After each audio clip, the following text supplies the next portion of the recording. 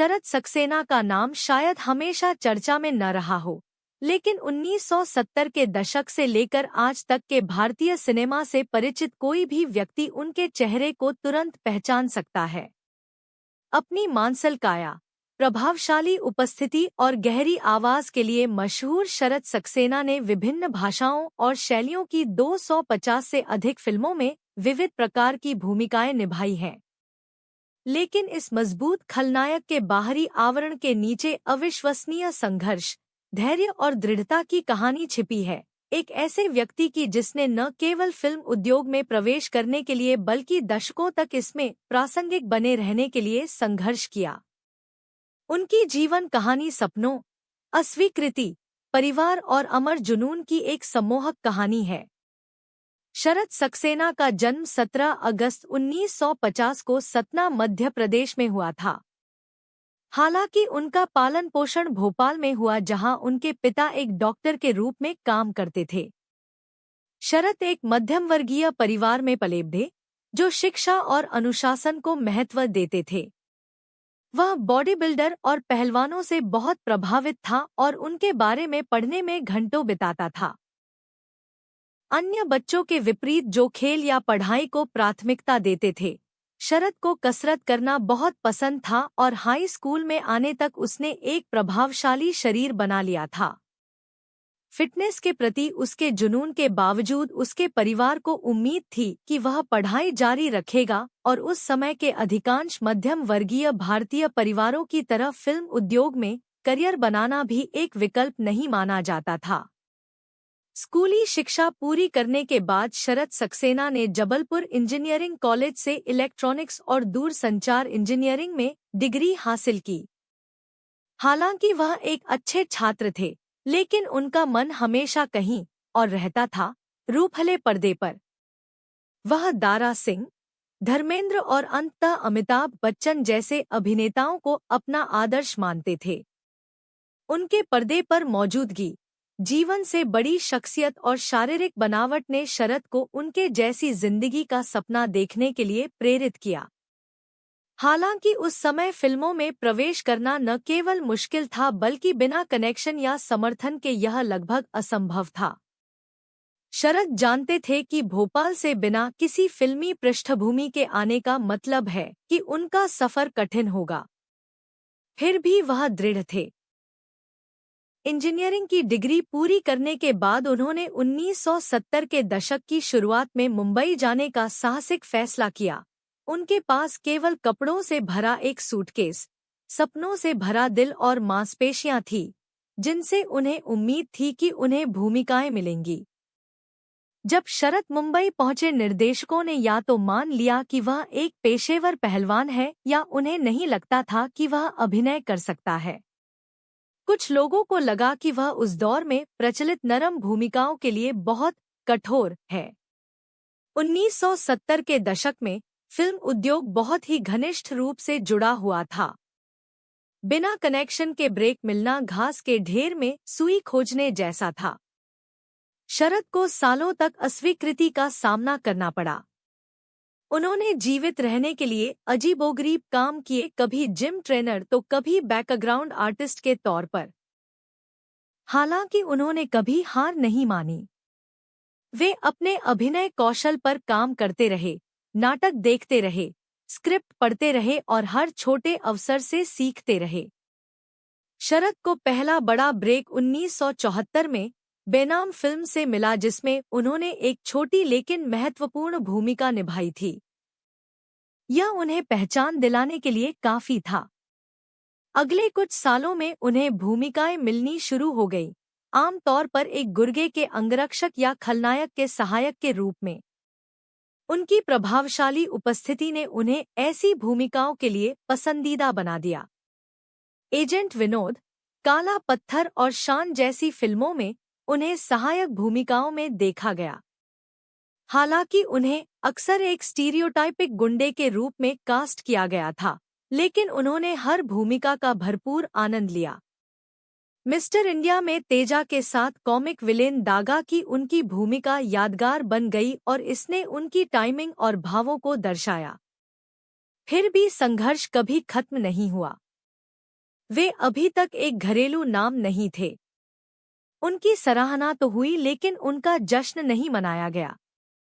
प्रस्ताव असंगत थे और वित्तीय स्थिरता मायावी थी। उनके करियर को लगातार संघर्ष की आवश्यकता थी, खासकर इसलिए क्योंकि तब तक उनकी शादी हो चुकी थी और उनका परिवार शुरू हो चुका था। शरद सक्सेना एक निजी व्यक्ति हैं, लेकिन पिछले कुछ सालों में उन्होंने अपनी पत्नी शोभा सक्सेना और अपने 2 बच्चों के बारे में स्नेह और कृतज्ञता के साथ बात की है। उनकी पत्नी ने सबसे कठिन समय में उनका साथ दिया और उन्हें हिम्मत न हारने के लिए प्रोत्साहित किया, जबकि वह अभी भी उद्योग में अपने पैर जमाने के लिए संघर्ष कर रहे थे।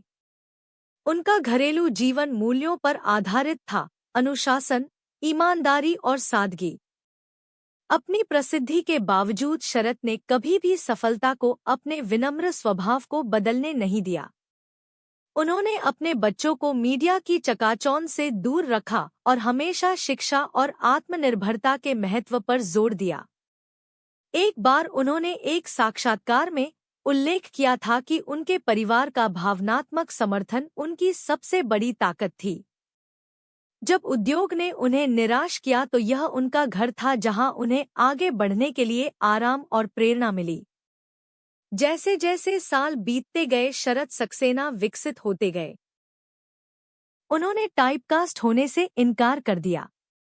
उन्होंने कॉमिक रोल, गंभीर किरदार और यहाँ तक कि पुलिस अधिकारी और पिता की भूमिकाएं भी निभाईं। त्रिदेव, घायल और खिलाड़ी में उनके अभिनय ने उनकी अनुकूलन क्षमता को साबित किया। फिर गुप्त में इंस्पेक्टर उधम सिंह की भूमिका ने उन्हें व्यापक सराहना दिलाई। उस भूमिका में उनकी ताकत, ईमानदारी और संवेदनशीलता के अनूठे मिश्रण ने दर्शकों को दिखाया कि शरद सक्सेना सिर्फ एक ताकतवर खलनायक नहीं थे, वे एक पावरहाउस कलाकार थे। 2000 के दशक में बागबान, क्रिश और बॉडीगार्ड जैसी फिल्मों में उनके अभिनय ने उन्हें फिल्म देखने वालों की नई पीढ़ी से परिचित कराया। उनकी आवाज और बारीक अभिनय ने उन्हें कई ब्लॉकबस्टर में एक जरूरी चरित्र अभिनेता बना दिया। फिल्मों के अलावा शरद सक्सेना ने टेलीविजन में भी अपनी पहचान बनाई। वे महाभारत, साजन रे, झूठ मत बोलो जैसे शो में नजर आए। उन्होंने दक्षिण भारतीय फिल्मों में भी काम किया, जहां उनकी दमदार स्क्रीन प्रेजेंस को भी सराहा गया। विभिन्न भाषाओं में काम करना शिल्प के प्रति उनके समर्पण का एक और उदाहरण था। उन्होंने अलग अलग शैलियों के निर्देशकों और सिनेमाई संस्कृतियों के साथ तालमेल बिठाया, चाहे वह तेलुगु, तमिल या मलयालम फिल्में हों। वह उन दुर्लभ अभिनेताओं में से एक थे जिन्होंने कभी भी अहंकार या भाषा की बाधाओं को अच्छे काम के आड़े नहीं आने दिया। दशकों से इंडस्ट्री में रहने और 250 से ज्यादा फिल्मों में काम करने के बावजूद उन्हें लंबे समय तक ज्यादातर अवार्ड नहीं मिले। कई सहायक अभिनेताओं की तरह उन्हें अक्सर मुख्य भूमिकाओं के लिए अनदेखा किया जाता था। हालांकि उनके अभिनय को दर्शकों ने कभी नजरअंदाज नहीं किया। 2021 में उन्हें फिल्मफेयर अवार्ड्स द्वारा फिल्म शेरनी के लिए सर्वश्रेष्ठ सहायक अभिनेता के लिए नामांकित किया गया, जहां उन्होंने विद्या बालन के ससुर की भूमिका निभाई। उनके अभिनय की यथार्थवाद और सूक्ष्मता के लिए प्रशंसा की गई, जो दर्शाता है कि इतने सालों के बाद भी उनमें सुधार और आश्चर्य जारी रहा। उन्होंने अक्सर साक्षात्कारों में टिप्पणी की कि आखिरकार एक कलाकार के रूप में पहचाने जाने पर वह कितने भावुक थे, न कि सिर्फ एक शरीर के रूप में। इस पहचान ने उन्हें बंद होने और संतुष्टि का एहसास कराया। शरद सक्सेना एक गहरे दार्शनिक व्यक्ति हैं। साक्षात्कारों में उन्होंने बताया है कि कैसे इंडस्ट्री में प्रतिभा से ज्यादा अच्छे लुक्स और कनेक्शन को तरजीह दी जाती है। उन्होंने बाहरी व्यक्ति होने की कठिनाइयों के बारे में खुलकर बात की है और बताया है कि कैसे टाइपकास्ट होने से एक अभिनेता का विकास सीमित हो सकता है। फिर भी वे कभी कटु नहीं हुए। उनका रवैया ज़मीनी रहा। उन्होंने जीवन के उतार चढ़ाव को शालीनता से स्वीकार किया और अपने काम पर ध्यान केंद्रित किया। उनकी फिटनेस दिनचर्या आज भी जारी है। उनका मानना है कि शरीर में अनुशासन मन में अनुशासन की ओर ले जाता है। वह सभी उम्र के लोगों के लिए फिटनेस के मुखर समर्थक भी हैं। 70 की उम्र में भी वह नियमित रूप से कसरत करते हैं और युवा पीढ़ी को प्रेरित करने के लिए अपने अनुभव साझा करते हैं। शरद सक्सेना की कहानी धीरज की है। हालांकि वह कभी हीरो नहीं बन पाए, लेकिन वह शायद कुछ ज्यादा मूल्यवान बन गए एक निरंतर कलाकार, एक ऐसा अभिनेता जिसकी मौजूदगी ने उनकी हर फिल्म को मजबूती दी। वह भारतीय फिल्म उद्योग के हजारों गुमनाम अभिनेताओं का प्रतिनिधित्व करते हैं जो इसकी रीढ़ हैं, लेकिन शायद ही कभी सुर्खियों में आते हैं। उनकी विनम्रता, समर्पण और लंबा करियर उन्हें एक आदर्श बनाता है, न सिर्फ महत्वाकांक्षी अभिनेताओं के लिए बल्कि सपने देखने वाले किसी भी व्यक्ति के लिए। उनका कोई मशहूर उपनाम नहीं था। उनके पास कोई शॉर्टकट नहीं था। उनके पास जो था वह था विश्वास, दृढ़ता और जुनून। आज जब युवा अभिनेता या दर्शक उनके सफर को देखते हैं तो उन्हें एक ऐसा व्यक्ति दिखाई देता है जिसने समय के साथ खुद को ढाला और कभी अपनी गरिमा नहीं खोई। भारतीय फिल्म उद्योग में शरद सक्सेना की 50 साल लंबी यात्रा सिर्फ एक व्यक्तिगत जीत नहीं है, यह उन सभी का जश्न है जो मुश्किलों के बावजूद आगे बढ़ते हैं। उनकी जीवन कहानी कभी हार न मानने, अपने सपनों के प्रति सच्चे रहने और अपने रास्ते में आने वाले हर अवसर का सम्मान करने के बारे में है, चाहे वह कितना भी छोटा क्यों न हो।